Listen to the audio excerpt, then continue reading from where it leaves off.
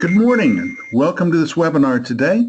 My name is Bill Baker with Firestorm, and we're pleased to have you joining us for this Crisis Coach webinar. This is part of the Firestorm Forum. We're talking about the crisis leadership conversation today. Our presenter is going to be Jim Satterfield, President of Firestorm. We invite you to become our friend. On Facebook, we're Firestorm Solutions. Twitter, you can follow us at Firestorm Soul. There is a hashtag. That hashtag is Crisis Coach. Firestorm transforms crisis into value and empowers you to manage risk and crises.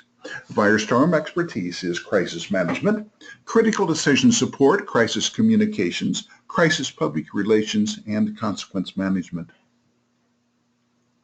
We'd also like to remind you that today's presentation is not complete without the accompanying oral comments and discussion. And this information should be read and considered in conjunction with advice from your organization's personal counsel. In addition, please do not interpret this information as legal advice or legal opinion. The webinar series today is underwritten by our really good friends and sponsors, the Virginia Association of Independent Schools. We hope all is going well with all of you schools in Virginia after Matthew zipped through there. This is the 10th in the Crisis Coach webinar series for 2016. You may go to firestorm.com, watch past webinars, and also register for future webinars that are held on a monthly basis.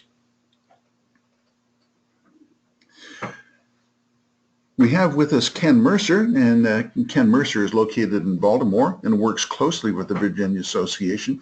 Kim Phelan is not able to be with us. Ken, would you like to say some information about the Virginia Association?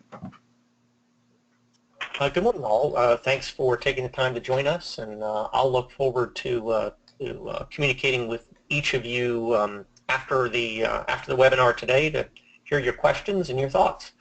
And we really appreciate the affiliation we've made with the Virginia Association. They are dynamic proponents of school safety, school preparedness, that we are experts in that field. And thank you again for joining us, and thanks to the association for your sponsorship. Thank you very much. Thank you, Ken. Our presenter today is Jim Satterfield, President, Chief Operating Officer, and founder of Firestorm. So, Jim, without further ado, over to you, please.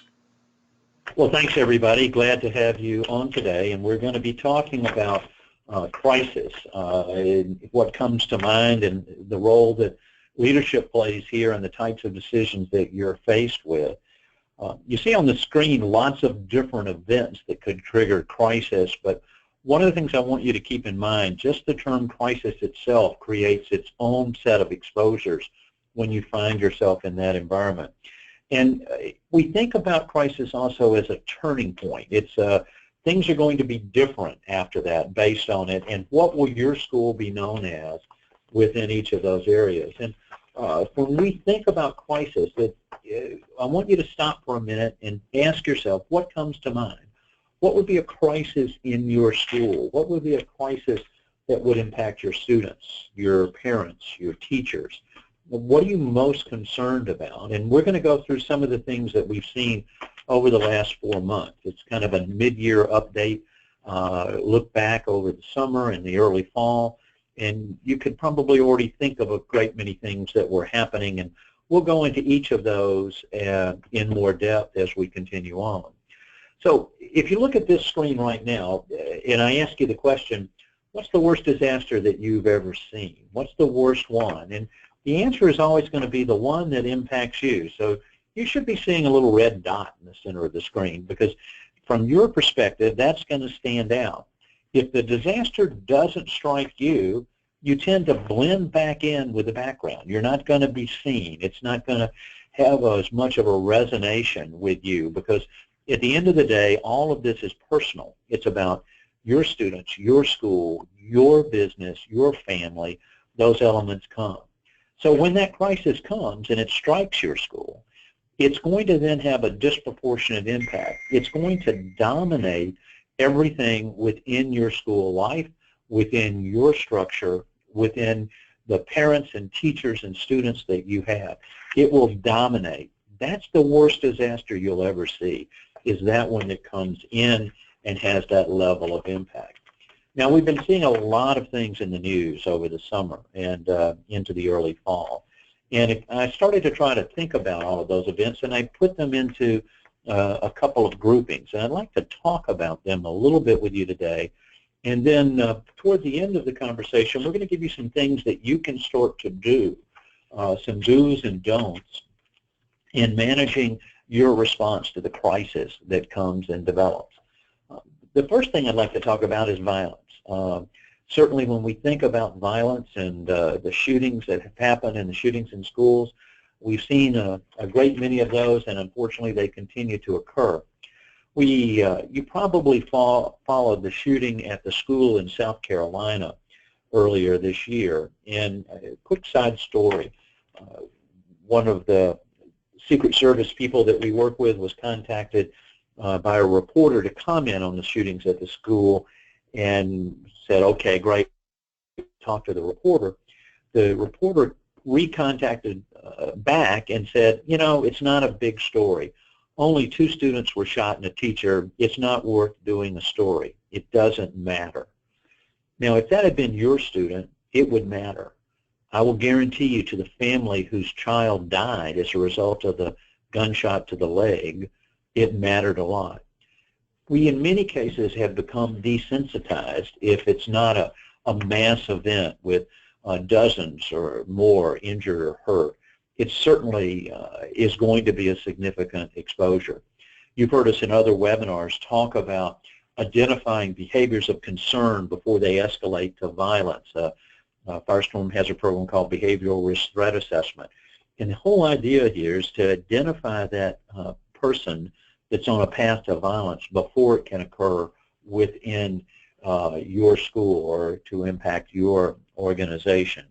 So that's an area that we would like you to continue to focus on, and we'll continue talking about active shooter in those areas, but unfortunately that element of violence is true and continues to be. We've had the terrorism threats continually underscored. We've recently had the bombings in the New York, New Jersey area. We've had the attacks in shopping malls. We've had the lone wolf coming out here. And just taking the phrase active shooter for a minute, we had an attack where it was done with a knife. It doesn't really matter what the weapon is. It's the impact. And it's now become personal, and it's become something that you saw what happened in the state of Washington with people going into a Macy's and were attacked at the cosmetic counter.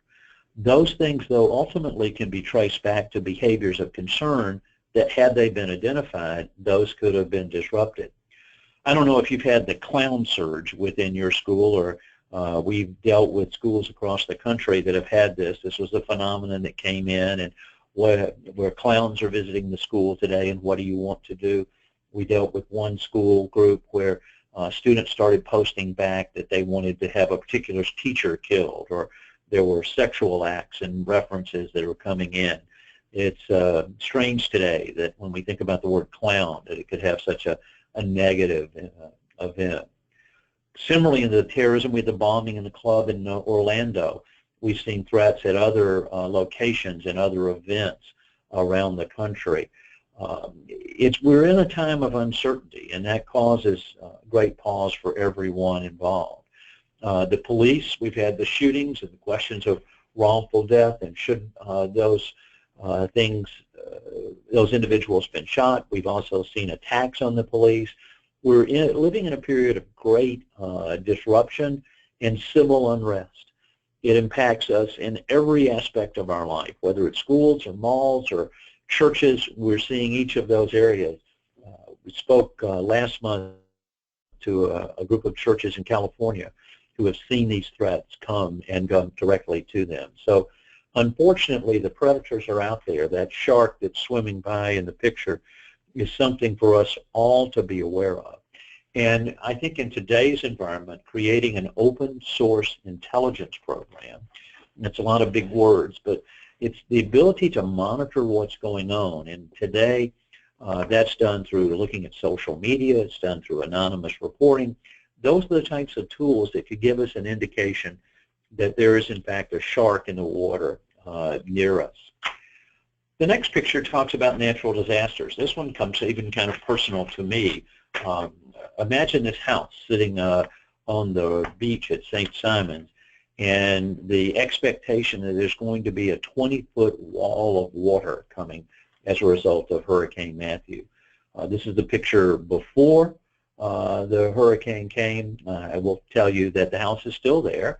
Very minor damage associated with it as a result of it. But imagine the impact to everyone who potentially lost a house. I don't know if you have been watching the news with the flooding that's occurring in North Carolina because of the heavy rains and record high flood levels and people losing all of their belongings. There was another report out just this past week about the inevitability of a major quake in California. And we find in the U.S. that more people die in floods than any other exposure, more fires than any other. But whether it's tornadoes, hurricanes, floods, earthquakes, natural disasters are a phenomenon that have certainly impacted us over the summer as we look into the fall. So when you think about these types of events, it's that picture that we had all the dots. If that was your house, that dot would be you, and you'd be concerned about the impact associated with it. Now, cybersecurity is a threat that we all see, and it gets matched at every particular point in time. And we've seen lots of major stories over the course of the last 3 to 4 months. Most recently, the Yahoo breach, where how many billions of records and information were taken. But this is a problem in your school. Think about the information that you have, the financial information you have about the families and the tuition, the health information that you have about some of your students. Think about if those records got out, what it would mean associated with it. It's impossible to lock those things up so that they're 100% secure, but it is a type of situation that could occur at any point in time. And when we think about cyber breach, that event is a business problem, not an IT security problem. The majority of time we're dealing with an acronym that we use called PICNIC, problem in share, not in computer. It's someone clicking on something, allowing the malware to come in, a keystroke logger, and then suddenly your security is breached. And think about the exposures that have come of this as a result of a third-party vendor, someone that provides IT services to you or has applications or software that you use. Your information is stored on their sites with their information. How secure is it? What does it mean? And we see that just as we've become callous about violence in our communities, this area of cyber breach is, again, another one that's becoming the common practice, the easily repeated and understood. Now, brand impacts are going to happen. It happens to schools as well as businesses. Do you want to be known as the school where this, in fact, occurred?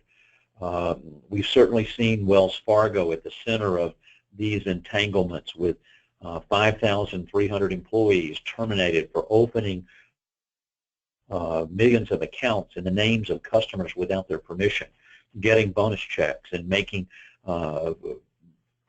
increases in salary as a result of those elements. And who stands for integrity in the company? What does that really mean? The CEO said it's not part of their values, but the person in charge of it got a mammoth bonus. There seems to be a disconnect with brand impact and accountability and how something could go on for years where millions of accounts were created involving thousands of people and management didn't know. What could happen in your school? What could happen in your business? Samsung is down at the bottom of the page. We've seen the exploding cell phones.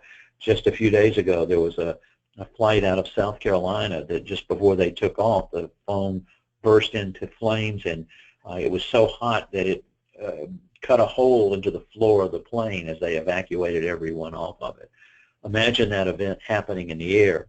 I saw today that Samsung has issued a total recall on all of their Galaxy 7 products, and to get those back in and off the market, that's a situation that's defining what that company stands for. I listed candidates in the upper right left-hand corner of the slide, and we certainly over the last week have seen a great deal of comments and about inappropriate contact between men and women, about lies, about covering things up. All of those elements, and certainly have had an impact. Imagine if those stories were coming about your school and how you would discover it and how you would deal with it and how you would respond.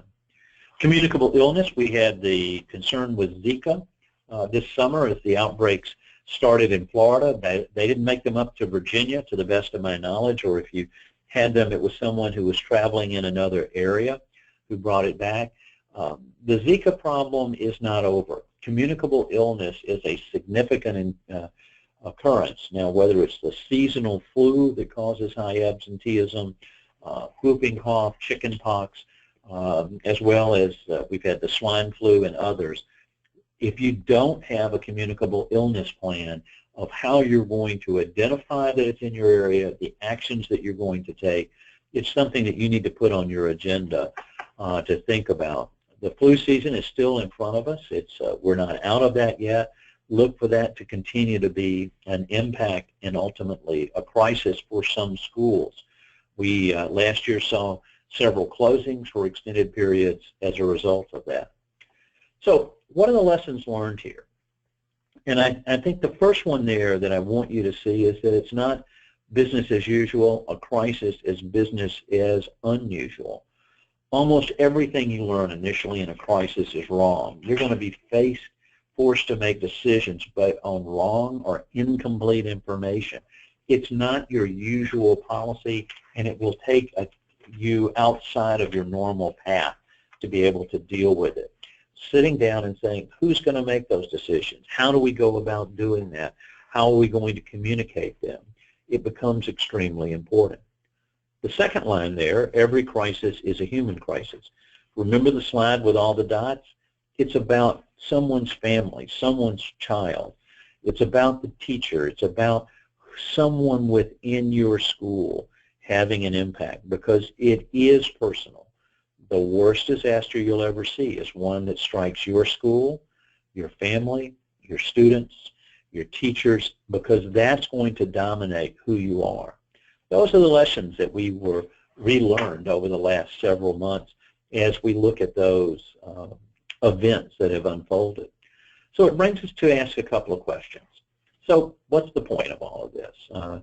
And first of all, it's a matter of perspective. You can see the colored pencils, and either from top down in a glass or laying there, you've got to keep perspective on, could we have done something? Is there some way we could have known? Is there a way we could have prevented this from occurring? Did we recognize it soon enough? Did we understand that this student was on a path to violence, that there was a threat that we needed to deal with? Those elements come into play for us in each of these areas. The second thing is that it's personal. It's personal for the people that are involved. A year ago, we had Karen Mazzullo, who's our EVP and Chief Intelligence Officer, saw a picture of a student with a gun and in a classroom, and it disturbed her. She was able to trace down, find the school, and contacted the head of school and said, don't know if it's a real picture or a made-up picture or an old picture, but I felt you needed to know. And he thanked her, and when he pursued it, yes, the young man had a gun and was in a classroom and dealt with it without violence and handled it as appropriately as possible associated with that. The thing that disturbed him the most were that 35 students had posted pictures about this and made comments on it, and not one had come forward. And so it became very personal to him in his school in getting that information out. I would encourage you to think about those things. So let's talk about for a moment, not before, but you now find yourself in a crisis. What do you need to do? Where do you go? Let's break those down and spell them out. Well, there's an acronym called STOP, Crisis Stop. And one of the benefits of your membership in the Virginia Association of Independent Schools is that if you find yourself in a crisis, you can call Firestorm. We'll immediately get on the phone with you to help you deal with that situation. Remember, a crisis isn't business as usual. It's business as unusual. And so we're going to follow that acronym STOP, and I'd like you to think about it today, and we're going to give you some tips and things to focus on. First, we want to stabilize the situation. Slow it down. Let you see what it is you know, what is it you don't know, and be able to make those types of decisions with it. Start to focus on the things that really matter. Second, we want to trigger the appropriate responses. If there's been an event, do you need counselors? Are there legal questions that need to be resolved? Are there regulatory issues that need to be addressed? Do we need to work on any of the particular aspects? Third, then opine on what the exposures are. What are the consequences? What messages do we need to be sending to our parents, to our students, to our teachers? What's going to happen next? What's going to be the significance of this event? And lastly, we want to move to prevent the common crisis errors. We see these mistakes over and over again. And so today we're going to give you some do's and don'ts when you find yourself in a crisis environment to be associated with it. So let's start with the first one and maybe go a little bit more in depth about that. And I want you to think about the picture that you see here, and that's going to relate back to crisis communications. And you see a lot of buttons there. And so what we would tell you initially in that crisis, you need to button up. You need to be careful what you say and make sure that it's not what you want to be true, but it is in fact what is true. We find many times that people are making comments early on what they think they had done. And, you know, we didn't do anything wrong. We did all of these things. And they start to try to explain. All of those elements are going to make it much worse. So initially in a crisis, you don't need to be addressing those types of comments. We've shared with you in the past that there are 3 messages that you can always fall back on. And I would encourage you to think about them now. The first message is that you'll not be defined by the event. Then you can talk about what does define your school. You can go on your website, look at what your mission is, what you're accomplishing. That's what your school is, not the bad thing that occurred. The second is that you'll invent the future. You're going to talk about what you're going to do to assure that this event won't happen again to make your school safe. And the last message is that you will embrace the family, the people that were involved, the people that were impacted on it. So in a crisis, the first thing we want you to do is to slow down and stop and button up and not talk about things until you're absolutely sure. You're going to find that almost everything you learn initially is wrong. That's why I'm making those comments and talking about it in that way of not being defined by the event, inventing the future, and embracing the families is the safe way to discuss it initially. If you're explaining, you're losing, and we'll tell you more about what to do around the media in just a moment. Next, resources and tools. What do you need? Is it, if it's a 911 event, can we put the fire out? Can we pull the fire alarm? Can we call 911? You know, we need to deal with the threats that are coming in. There are a lot of marbles out there. We've got to figure out the right thing at the right time. Do we need counselors to come in and talk to our people? Do we need to get legal counsel? Have we notified our insurance company? What have we done, in essence, to stabilize this situation as it's coming to play? Initially, those are the elements that we're focused on. Then, what's going to happen next? This is that predict the future, the opine on the consequences. Can you identify your school's next crisis? I will tell you we can. In all likelihood, it's going to be how you respond to the one that's here. And those events we see regularly impacting and making the crisis significantly worse. So controlling that response, predicting what the changes are going to be, become extremely important. Now, if we're going to break this apart, we've told you a lot of things not to do and some things to do. Let's go a little bit further in detail. We're going to give you a dozen things to do and a dozen things not to do. In fact, I believe these might even be a baker's dozen as we go forward. So when you think about a crisis, determine who's in charge. Is it you as the head of school? Is it someone else? Is it a board member? We don't want to have conflict that's coming in. We dealt with a school this fall where the board started sending out communications around the school leadership, undermining their authority. Ask yourself why before every communication. If someone says, we need to put a communications out, stop and say, why? And I want you to remember the number 5. I want you to ask why 5 times. When someone says, we need to communicate, you slow it down and say, why? And they give you an answer, and then you go, why? And if you can go all the way through that 5 times, the chances are that, yeah, you probably should communicate. If you can't, you shouldn't. Why media is a question I want you to regularly ask, and we're going to tell you in other bullet points as we go on, but I'll stop here and say it. We want you to communicate directly with your stakeholders. Communicate directly with your students, with your parents, with your teachers, with your staff and faculty. You do not need to communicate through the media to your people. You know how to reach them. When it's time, we will deal with that. Know, again, on that 3rd bullet, most everything you learn in the first hour is the first hours will be wrong.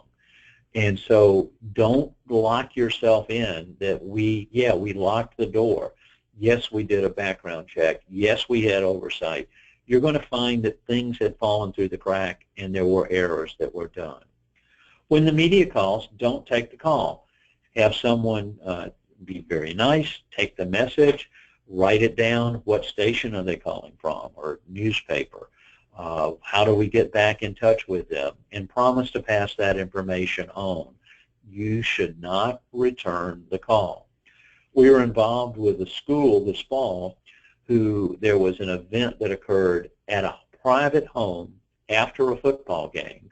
And the school was not directly involved. It wasn't a school-sanctioned event. The school didn't announce the event. There was nothing there.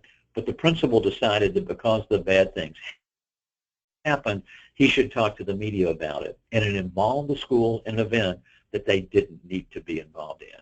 Be very careful with any relationship with the media. Make sure everyone knows that they're not the spokesperson for the school. I'm not an authorized spokesperson. I will pass this information on. That should be a theme that everyone understands. Once there's an event, if you've had a significant event where people have been hurt or even have died, the first responders will take over control of your school. They will tell you where the students will go. They will intervene in the reunification process. You're going to lose control if your school becomes the center of a crime scene. So that's an area to anticipate and be prepared for. You're going to control the school until the first responders arrive. When they arrive, they're going to assume control of the school. You need to have someone appointed who will interface directly with them. That becomes an important element so that there's a liaison here that's reporting back. That should not be you. It should be someone reporting back to you and giving you that information. If you have to talk, stick to the home bases and message maps. The home bases that I gave you were those just a few minutes ago. You'll not be defined by the event, that you'll invent the future, and you'll embrace the families. Message maps are the statements where you think about what would I say if in fact we had an injury? What would I say if we had a death? What's my first message, my second and third? And we've talked about that in other calls, but think about those types of events. If there had been inappropriate contact between teachers and students, how would you deal with it? What would you say? Monitor social media. Today, the conversation is there, and statistics are very staggering. If someone has ill intent, 80% of the time somebody else knows, And 67% of the time, 2 or more people know. And when people know, what do? They talk. And where do they talk? They talk on social media. So that conversation is going on around you. If you're not monitoring that, and this is different than marketing and did our ad work and what's going on, and we're going to be promoting the fall festival here on the system. It's a risk indicator. What's going on in those areas? That's called open source intelligence, and that's an area to ask us about. It's something that you can do with inexpensive tools that are in the market.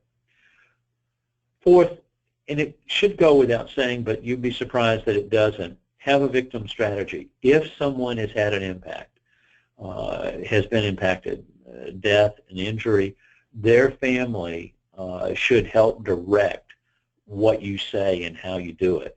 If you make a statement, you can't release individual information about students. There's confidentiality issues. And going there and working with the family that are involved is critical. Assign someone to support that family in dealing with it. And it would generally take 2 people on 8-hour shifts in supporting them through it, a man and a woman, so that you've got both elements dealt with. If there's been a death, there will be needs in that family. How do you deal with it? How does your community and school show the support that's there? And before you make any statements, you want to clear it with their family. We've run into situations where the family didn't want an announcement and wanted to wait a day or 2. And so the reason why the school didn't push an announcement out was because they were working directly with the family. So I've given you now a dozen things to do. That's where this enter is, saying this is where we want you to go and what we want you to do. What do we want you to not do? How do we prevent those common mistakes? Don't say anything. Remember the button slide a little earlier? Tell everyone they're not authorized to speak. Go back to that word stop. You want to stop when this thing comes together. Don't talk through the media. You know how to contact your people. If you are going to talk, that's how you go. Do not give numbers, dates, and times. You're going to find out that that information is wrong. Well, we didn't know about it until half an hour ago. You're going to find out somebody knew about it earlier. You're going to say, well, only 3 people were hurt. No, there were 6. Stay away from giving any numbers in that process. Wherever possible, speak to people directly. Do that over the telephone. Do it face-to-face. Don't put anything in writing. When you put it in writing, assume that the media will get it and carry those elements out. There are 3 types of communications in a crisis. The first one is coordination, and that's telling people what you want them to do. Lockdown, lockout, shelter in place, evacuate. Putting those things in writing, no problem. But putting things beyond that in writing can be a problem. The other 2 types of communications in a crisis are dealing with the brand, the crisis impact, and the last is compliance, reporting what you have to back to them. Don't explain. If you're explaining, you're losing. If you're talking about, well, we did this or they didn't do that, and here you can only talk about the steps you're going to take to make sure that this doesn't happen again. As soon as you make a statement, well, we did everything we could, you're going to find out, no, you didn't. Don't forget someone important. There's that donor who's been giving money to your school. There's a regulator. There's a shareholder in some other aspect of it, or a stakeholder. Identify all constituents that are there. If something happened to a student, do they have a sibling in your school? Think of all of the elements around that, and don't forget anyone. Next, don't succumb to any pressure right at that moment. If not a life safety issue, time is your friend initially. Slow it down. You don't have to talk. You don't have to get a message out in the first hour, the first half hour. People will want to know that their students are safe, that their children are safe. Those are going to be the primary concerns. Don't try to explain what happened early in the crisis. Don't turn over any documents or computers to law enforcement unless directed by your legal counsel. If you've had a significant event that's occurred, you've got a legal relationship with an outside counsel, I encourage you to make that call there. You do not immediately have to turn over devices, and you want to wait until legal counsel directs you to do that. We've seen schools get into great liability when they turned over a computer too quickly. Don't take ownership of someone else's grief. I know how you feel. No, you don't. It's not your child. That's a very significant issue associated with it. So don't categorize someone else's feelings. You want to be very sensitive. People respond in these events differently. You can't imagine what it's like until it happens to you. Don't talk about how the loss or incident makes you feel. That's not your problem. That's not their problem. It's their child. It's their relative. And so you can focus on there. You can say that your thoughts and prayers are with them, and keep that way. Don't reply to anything on social media. Someone makes a statement on social media and it's wrong or incomplete. Don't get into that argument. Don't get into an escalation. You're just going to direct more people to that site, and never communicate through a third party. You should communicate only directly. So we've given you a list of things to do and a list of things not to do in a crisis, and talked about that environment. So if you wanted to summarize it, the recommendations come around. You got to have plans. What's your emergency plan? What's your crisis management plan? What's your crisis communications plan with message maps? Do you have a program that identifies behaviors of concern before they escalate to violence? Do you understand the warning signs? Do you have anonymous reporting? And in today's world, you need to be able to have digital anonymous reporting, text messaging to come in and understand it. You need to have a structure to deal with the threat assessment, to do the same thing every time to make sure you're protected. Awareness programs for your students and your parents to let them understand it, and involvement of everyone that's there. You've got to have resources. Do you have access to a forensic psychologist or a psychiatrist that can help you if you're dealing with these types of issues? Do you have an open source intelligence network, anonymous reporting, the monitoring of social media, so that you are aware of what's occurring within your school?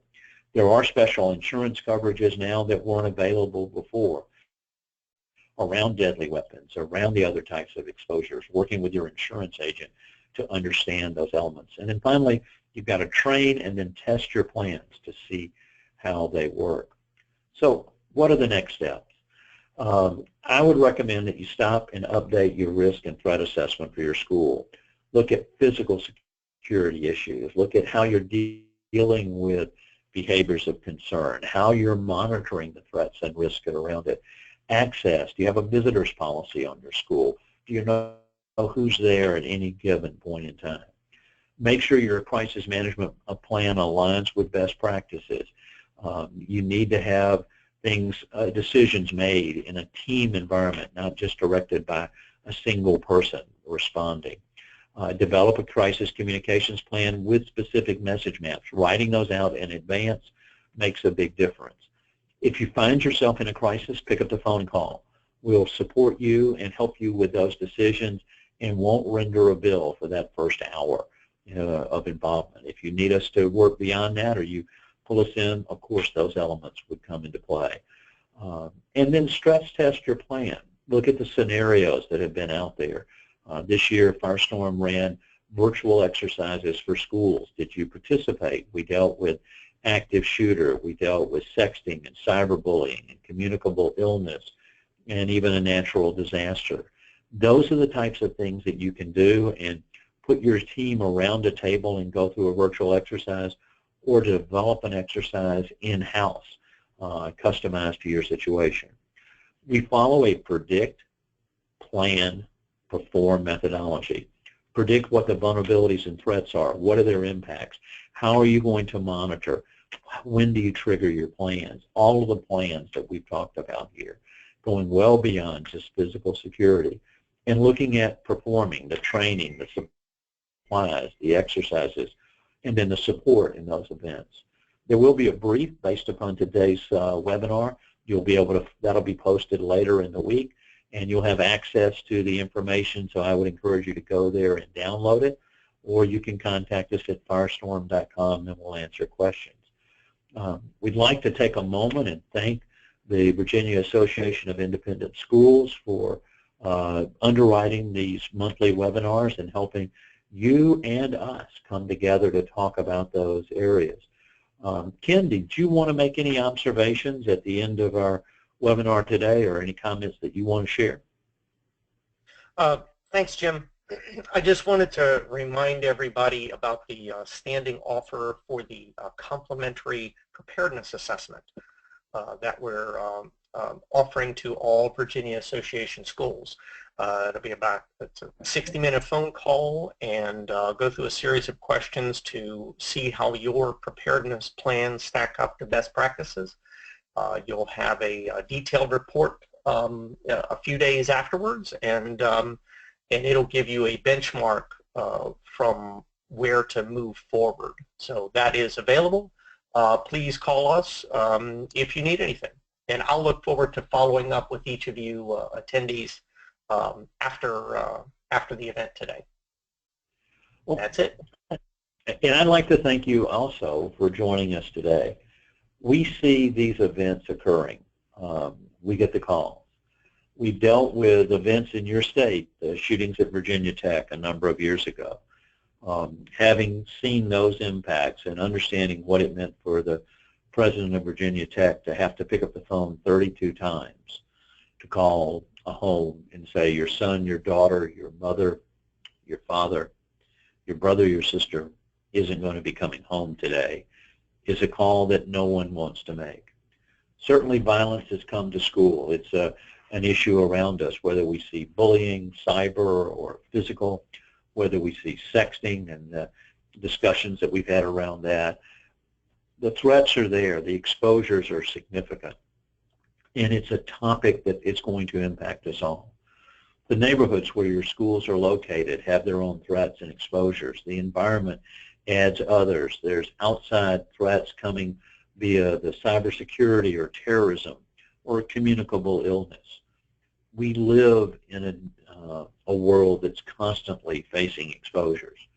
We don't want to sit here today and talk about doom and gloom, and what we want to talk about is that we know that there's a significant difference when someone's prepared, when there's a plan. Your school is about preparing your students and your young people for the rest of their life. What do they need to learn? What do they need to do? And it goes beyond academics. It's into moral values and skills for the rest of their life. If it's important to them, it's equally important to you to make sure that your school is prepared and ready. Whether we're talking about behavioral risk threat assessment programs or anonymous reporting or open source intelligence of monitoring or a crisis management plan. How do we make decisions in a crisis or a communicable illness plan? What do we do about those exposures? Those times are now with us. We need to be ready. There's an Irish blessing or an Irish curse that says, may you live in interesting times. And I think those are the times that we find ourselves in. If we look at what's on television, if we look at what's coming out of the campaigns, we hear stories that we wish we didn't hear. We see comments that we wish we didn't see. But it's something that we have to face in our schools. Your school looks to you. You can make a difference. I'm glad that Ken's going to try to reach out to each of you directly to answer questions if we can help in any way. I hope you never have a crisis that you have to deal with. If you do, call Firestorm. Thanks, everyone. Have a great week, and I look forward to next month, and we'll talk again. Have a great day, everyone. Goodbye.